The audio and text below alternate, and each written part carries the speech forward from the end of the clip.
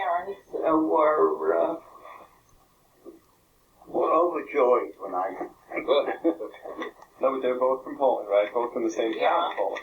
They all came from the suburbs of Warsaw. Vicinity. And and they were all from these were suburbs of Warsaw. They could walk to Warsaw. Krasny-Schulz?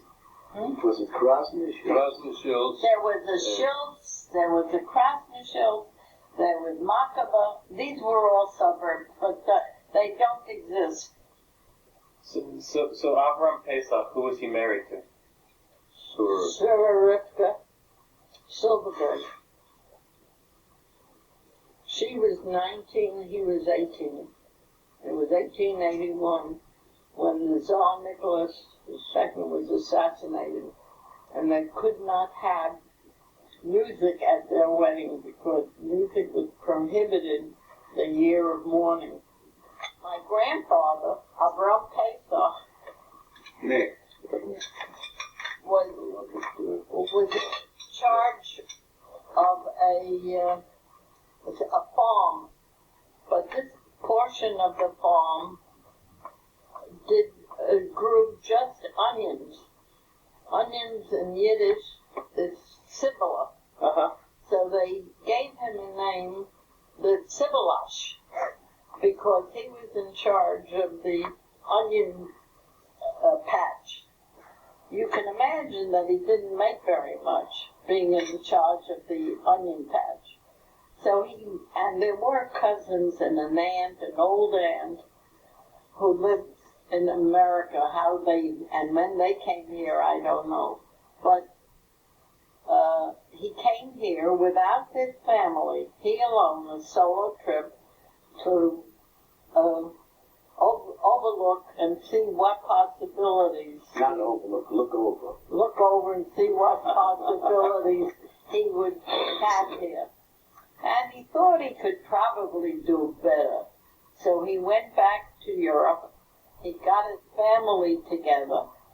And he took not only the 3 children and wife, but friends said, "Oh, from Pesach, I can't come in. I don't have anyone to back me.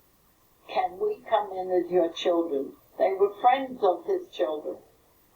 And he took them. You know who that was? Rosen, Zelda Rosen. Oh, really? Yeah, and her 2 children. They came in as Avram Pesach children.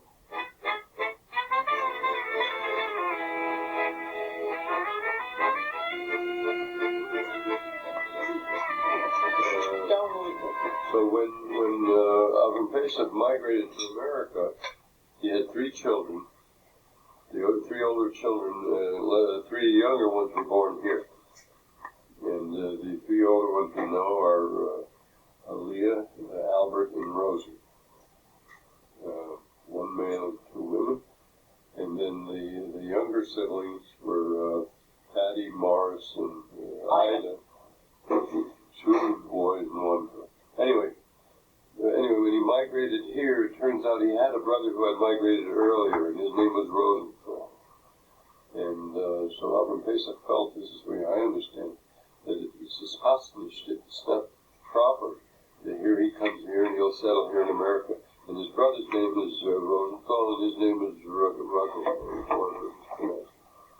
So he decided to continue with the name Rosenthal. And that's how that came And also there was an older aunt who acted as hostess to the family as they came in. And she said, "You ought to Americanize your name from Ruggle to Rosenthal." So that's a good American Jewish name, Rosenthal, not Ruggle.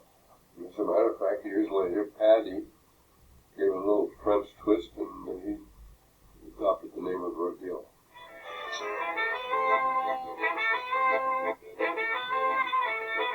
There was a whole clan of friends, and she married some. They were, I guess, men went after me. My mother. Was that? My dad went for her. This other man, and there were a whole group of friends. I was wondering if if you think that was in part the fact that she wanted to marry so young, against her parents' wishes, and the fact that she wanted to get married when she came here, in a way that she was expressing independence in a very chauvinist world, wanting to get out of the influence of her father by getting married. Maybe, I don't know what it was, but I guess she had a lot of suitors. Mm-hmm. Because this man, TB was a common disease that killed a lot of people, and this man had, shortly after they were married, he died. Mm-hmm. And there was my father was there weeping away because he was also a suitor. His Bible wrote to my father saying, there's a younger sister who was never married, and she wrote, and very nice, why are you going for the older one who has a son? Writing to Henry. Yeah. He said, Rose was a very good-looking woman. yeah. So the story we always heard was that Henry, in a way, admired her even in Poland. Even in Poland. He remembered, he told me, he remembered when their wedding took place. Right.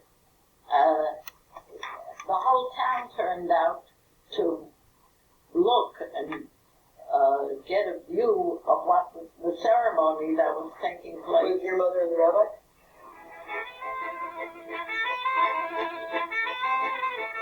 That were sort of carried over, that were powerful. Hushed Up was my mother's first marriage. Uh-huh. That was hushed. Not to Harry, but to the whole family. Nobody ever talked about it. Yeah. And For Midge years, I didn't know the fact. and Midge always said to me, Midge is his daughter. yeah, one of the Powerful. three. She said to me in the last few years, she said, you know, we never could get my father's background. If we asked questions, he didn't deny, he didn't explain, he didn't talk about it. He didn't answer. So she said after a while we stopped asking.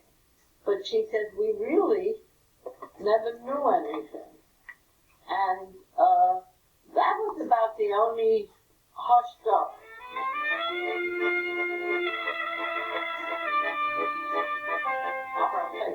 Yeah. Brought my mother, and Harry was 4, and Al was about 11. And there was Rose, and then there was Leah, and Sarah, sorry, my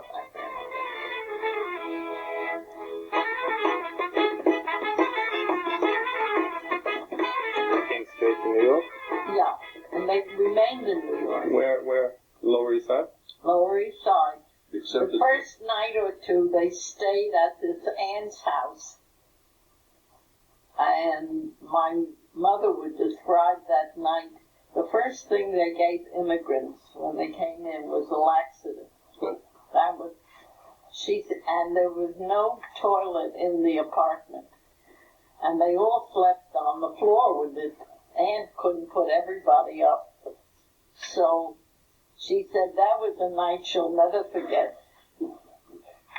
And then they went out on their own, and each of the children started to work. My mother started to work.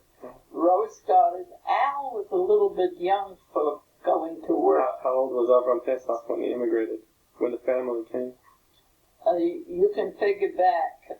He was married in 1881, and he was 18 years old. Right. They came here in 1903. Right. 18 years ago. How much? Okay. 81 is 19 and 3. Okay, so he was close to 40 years old, around 40 years old. 22. And did he work when he came here? Yeah, he looked for something to do. And then he ended up, I remember his having a bread stand. It was like having a stand in the flea market. It was on the corner of Hester and Ludlow. On that corner, there was a wooden table, and on that table was all his inventory, all the bread. bakers would come and deliver bread to him. He would sell it to the passers-by. And the breads were sometimes good-sized Oh, breads that people would buy. The breads were larger than this plate. Wow.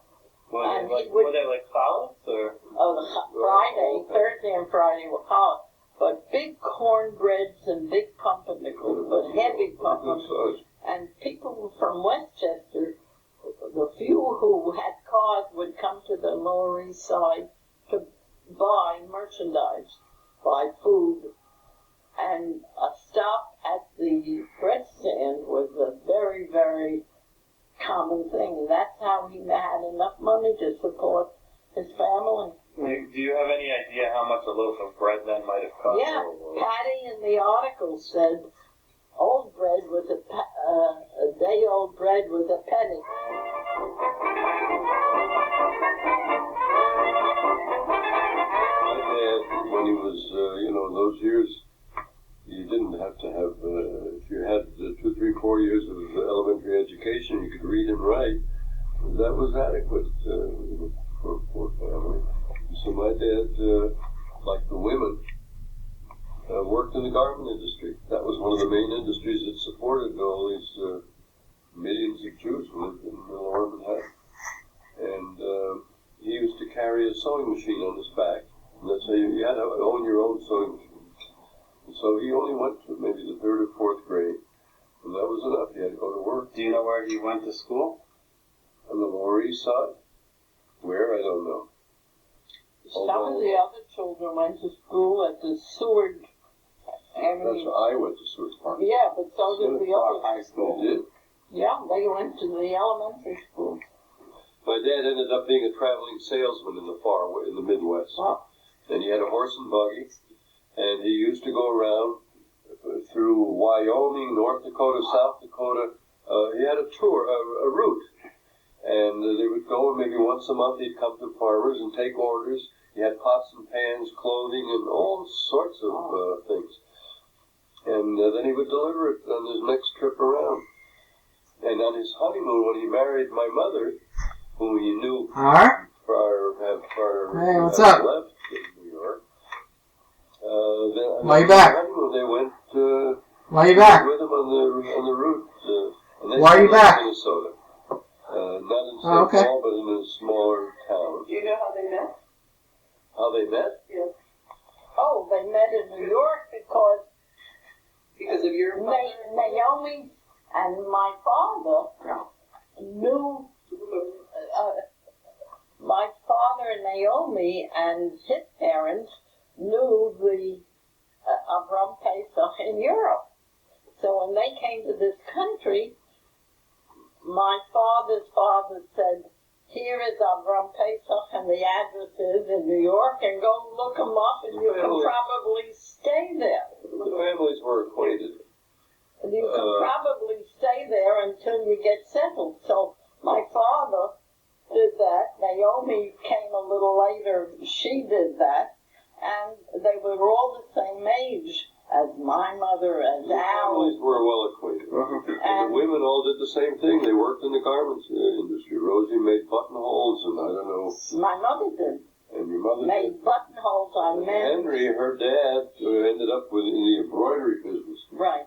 My father was the artist in the family. He was what's called an all right Nick. All right. That means he was getting upper class. In the All right. economic. They called it an all right Nick. He was doing fairly well. The equivalent of a yucca. They lived in 97th Street, Manhattan. But I thought an all right Nick. Elevator building in those days. But I thought an all right Nick referred to your economic state. Yes. Yeah, You had more money than some of the others. that's what I said, an all right Nick. Irving, what year your parents got married?